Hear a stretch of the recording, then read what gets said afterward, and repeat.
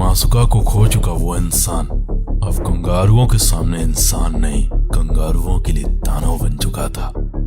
उधर उसकी मासुका को छीन कंगारू अपने अहम में इतरा रहे थे। उसकी वो हार और उस खामोशी का मलाल पूरे भारत में था, क्योंकि वो जिसे रानी बनाकर रखना चाहता था वो किसी की रखैल बनकर रह गई। दीवानगी अगर यहीं खत्म हो जाती तो फिर कैसा ये इश्क और फिर क्या उसकी ये दीवानियत। क्योंकि इंतकाम की आंधी जब उठती है तो फिर दीवाने को दीवानी नहीं दीवानियत दिखती है। मोहब्बत के किस्से तो तुमने बहुत सुने होंगे, लेकिन उस ट्रॉफी के लिए वो दीवानापन क्रिकेट के मैदान में दुनिया ने पहली बार देखा था। कहते हैं कि जब इंतकाम की आंधी उठती है तो हर तरफ अंधेरा होता है, उम्मीद की कोई किरण नहीं होती, हर चहन में सिर्फ एक ही जुनून होता है, हर वतन में इंतकाम होता है, हर जगह सिर्फ और सिर्फ बदला ही बदला होता है। ये कहानी भी एक इंतकाम पर आधारित है, एक ऐसे इंतकाम पर आधारित है जिसके बाद क्रिकेट इतिहास बदल गया। ये कहानी है T20 वर्ल्ड कप 2024 की। कंगारू उभरते अफगानों के सामने पराजित हो चुके थे।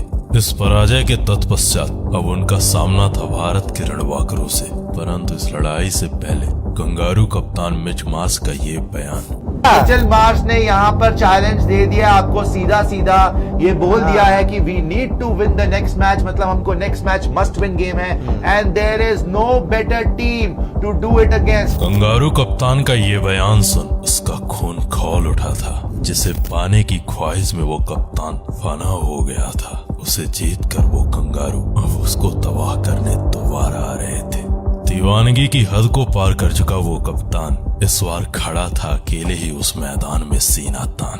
उसके इस दर्द को देख अब दर्द भी दुआ मांग रहा था, क्योंकि ये लड़ाई अब सिर्फ लड़ाई नहीं थी, ये लड़ाई थी अब स्वयं के स्वाभिमान, स्वयं के वर्चस्व की। अब दुनिया पहली बार देख रही थी कि अधूरी मोहब्बत में दबा वो शख्स अपनी मोहब्बत के लिए क्या करने वाला था। क्योंकि आग में उतने अंगारे नहीं थे जितने अंगार उसकी खामोशी में धधक रहे थे। इस महामुकाबले का ऐलान हो चुका था। इस महामुकाबले के लिए कंगारू भी अब तैयार थे और तैयार था कंगारू कप्तान के साथ टीम इंडिया का कप्तान। इन्होंने हमारा वो 19 नवंबर खराब कर दिया था, हमारा नहीं पूरे देश का। तो इनको भी कुछ अच्छा गिफ्ट देना चाहिए हमको, इनको बाहर करते मजा आएगा।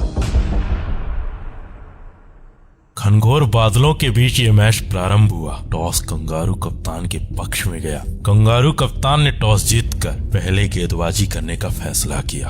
कंगारुओं का ये ऐलान सुन टीम इंडिया का कप्तान अब पैड पहन उतर पड़ा था अकेले ही मैदान पर। मैच प्रारंभ हुआ और कंगारू कप्तान मिच मार्श ने पहला ओवर फेंकने के लिए मिचेल स्टार्क यानी तबाही को मैदान पर उतार दिया। मिचेल स्टार्क का ये पहला ओवर कंगारुओं के लिए बेहद किफायती रहा, परंतु अगले ओवर में जॉस हेजलवुड ने टीम इंडिया की बैकबोन, टीम इंडिया के भूतपूर्व कप्तान किंग विराट को अपना पहला शिकार बना लिया। किंग के आउट होते ही कुछ पल के लिए पूरा भारत सहम चुका था। पूरे भारत में मायूसी थी। सबको वर्ल्ड कप 2023 याद आ रहा था। इस कहानी के पड़ाव को आगे बढ़ता देख टीम इंडिया का कप्तान अब बढ़ चला था अकेले ही अपना सीना तान। विराट के आउट होते ही कंगारुओं में जश्न था। पूरे भारत में 2023 का डर था, क्योंकि कंगारू क्या थे ये पूरी दुनिया को बहुत अच्छे तरीके से मालूम था। किंग विराट के आउट होते ही कंगारुओं ने एक बार फिर से मिचेल स्टार्क यानी तबाही को मैदान पर उतार दिया।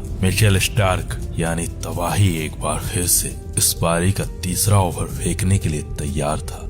मिचेल स्टार्क यानी इतिहास का वो नाम, वो तबाही जिसके आगे दर्द भी रहम की भीख मांगता है, अब वही गेंदबाज टीम इंडिया के कप्तान के सामने था। इस तबाही को भारत की ओर बढ़ता देख टीम इंडिया के कप्तान ने मोर्चा संभाला और अकेले ही टूट पड़ा मिचेल स्टार्क यानी तबाही को नष्ट करने के लिए। आज उसी गेंदबाज के सामने वो बल्लेबाज एक ऐसा इंसान बनकर खड़ा था जो आंधी बनकर आया था, जिसका हौसला भी अय्यास था, जिसे न हम सफर की तलाश थी और न ही किसी कारवां की तलाश है। वो कप्तान उस गेंदबाज के सामने ऐसे ही खड़ा था जैसे एक तूफान एक पर्वत के सामने। मिचेल स्टार्क का इंतजार कर रहा टीम इंडिया का वो कप्तान मैच की पहली बॉल पर पहला 6, दूसरी बॉल पर दूसरा, तीसरी बॉल पर 4 रन और चौथी बॉल पर एक बार फिर 6, पांचवी बॉल वाइड, फिर विकेट और फिर आखिरी बॉल पर एक 6। दुनिया भर के सबसे बेहतरीन गेंदबाजों में शुमार वो गेंदबाज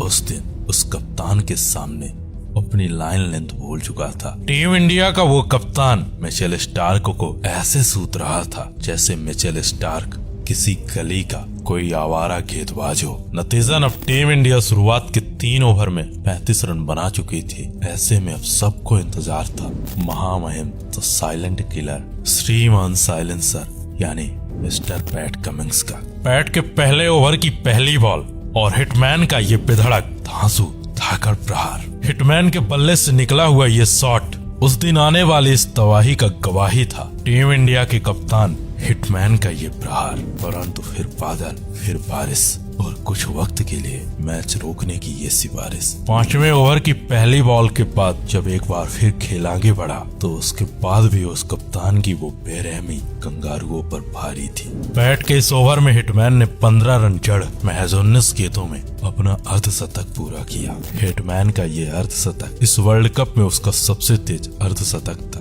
कंगारू कप्तान मिच मार्श का हर ब्रह्मास्त्र उस दिन उस कप्तान के सामने फेल हो रहा था। हिटमैन के भयानक हमलों से कंगारुओं का पूरा साम्राज्य दहल रहा था। हिटमैन के इस भयानक प्रहार को देख कंगारुओं के संपूर्ण साम्राज्य में अब दर्दनाक दर्द था। टीम इंडिया के लिए मैच का पहला पावर प्ले खत्म हो चुका था। इन 6 ओवर्स में टीम इंडिया 60 रन बना चुकी थी। 7वां ओवर फेंकने के लिए मिचेल मार्श ने एडम जंपा को मैदान पर बुलाया, परंतु एडम को मैदान में आता देख ऋषभ पंत ने भी हाथ खोले और इस छक्के के साथ एडम जंपा का स्वागत किया। एडम ने इस ओवर में 2 चौके और एक छक्के की मदद से 16 रन लुटा दिए। ऐसे में मार्श की मुश्किलें अब बढ़ रही थी। हिटमैन को रोकने के लिए मार्श ने स्टोइनिस का इस्तेमाल किया, परंतु टीम इंडिया का वो कप्तान आज कहां किसी गेंदबाज से रुकने वाला था। उसने स्टोइनिस के इस ओवर में 2 छक्के और एक चौके जड़ 17 रन बटोर लिए। अब 10 ओवर का खेल खत्म हो चुका था। टीम इंडिया के खाते में 114 रन थे। यहाँ से अगली 60 गेंदों का खेल बाकी था और टीम इंडिया का कप्तान महज 37 गेंदों में 89 रन बनाकर अभी भी मैदान में खड़ा था। एक छोर से बैक टू बैक विकेट गिर रहे थे, परंतु दूसरे छोर से टीम इंडिया का कप्तान अभी भी मैदान में था। उसके बल्ले से ताबड़तोड़ 92 रन आ चुके थे। अब सबको उम्मीद थी कि वो शतक पूरा करेगा, परंतु टीम इंडिया का वो कप्तान उस दिन किसी रिकॉर्ड के लिए नहीं खेल रहा था। उस दिन वो बल्लेबाज, वो कप्तान कंगारुओं को एक पाठ पढ़ाने के लिए खेल रहा था। ऐसे में एक बड़े शॉट के प्रयास में वो कप्तान मिचेल स्टार्क की इस बॉल पर मिचेल स्टार्क का पहला शिकार बन जाता है। टीम इंडिया का वो कप्तान महज 8 रन रहते शतक से चूक गया, लेकिन उसके द्वारा लाई गई उस मैच में वो तबाही कंगारुओं की चहन में हमेशा हमेशा के लिए जीवित हो चुकी थी। अब यहाँ से अगले 8 ओवर्स का खेल बाकी था। टीम इंडिया को जरूरत थी एक विस्फोटक फिनिश की। इस फिनिशिंग का मोर्चा शिवम दुबे के साथ स्वयं सूर्य कुमार यादव ने संभाला और फिर इन दोनों ने मिलकर टीम इंडिया को 15 ओवर तक 150 के पार पहुंचा दिया। फिर अंत के ओवर्स में हार्दिक ने भी अपना जलवा दिखाया। महज 17 गेंदों में 27 रन चढ़कर टीम इंडिया को 200 के पार पहुंचा दिया। ये रहा भारतीय बल्लेबाजों का स्कोर कार्ड। टीम इंडिया की ओर से सर्वाधिक टीम इंडिया के कप्तान ने महज 41 गेंदों में ताबड़तोड़ 8 छक्कों की मदद से 92 रन बनाए। वहीं सूर्या ने महज 16 गेंदों में 31 तो हार्दिक ने 17 में 27 रन बनाए। ये रहा कंगारू गेंदबाजों का स्कोर कार्ड। कंगारुओं की ओर से स्टोइनिस ने सर्वाधिक 56 रन लुटाए तो वहीं पैट ने भी 24 गेंदों में 48 रन खर्च किए।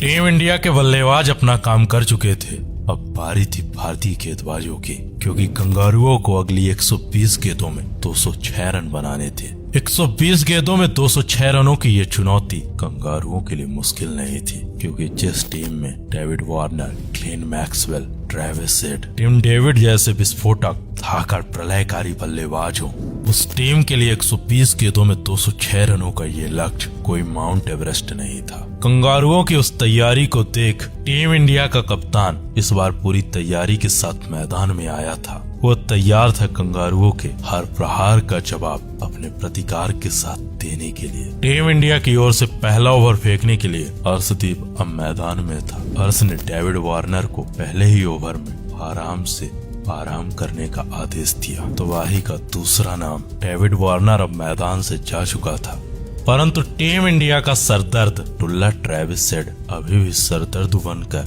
कंगारुओं के लिए मैदान में था। ट्रेविस ने मार्स के साथ मिलकर बिखर रहे कंगारुओं को संभालने का प्रयास किया। मिचेल के साथ ट्रेविस की साझेदारी को बढ़ता देख बुमराह ने साझेदारी को तोड़ने के लिए अपने इस बॉल का इस्तेमाल किया, परंतु बुमराह की बॉल पर पंत से एक आसान सा कैच छिटक चुका था। इस जीवन दान के पश्चात कंगारू टीम इंडिया के गेंदबाजों पर अपना विस्फोटक प्रहार करना प्रारंभ कर चुके थे और 6 ओवर की समाप्ति तक टीम इंडिया के सामने 65 रन बना चुके थे। कंगारुओं का टुल्ला ट्रेविस हेड 12 गेंद में 26 रन बनाकर अभी भी मैदान में था। वहीं कंगारुओं का कप्तान मिचेल मार्श महज 18 गेंदों में 31 रन जड़कर अभी भी मैदान में अपने उम्मीदों के साथ बरकरार था।